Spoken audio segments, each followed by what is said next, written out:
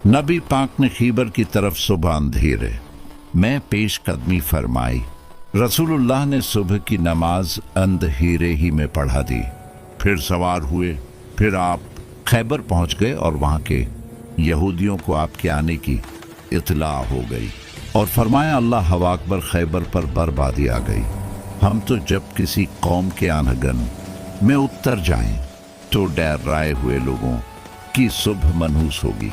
इस वक्त खैबर के यहूदी गलियों में ये कहते हुए भाग रहे थे कि रसूल पाक लश्कर समेत आ गए।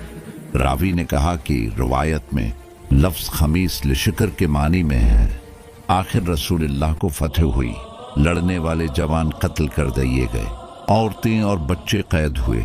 इत्तिफाक से सफिया दहिया कल्बी के हिस्सा में आए, फिर रसूल अल्लाह को मिले और आपने उनसे निकाह क्या और आज़ादी इनका महर करार पाया।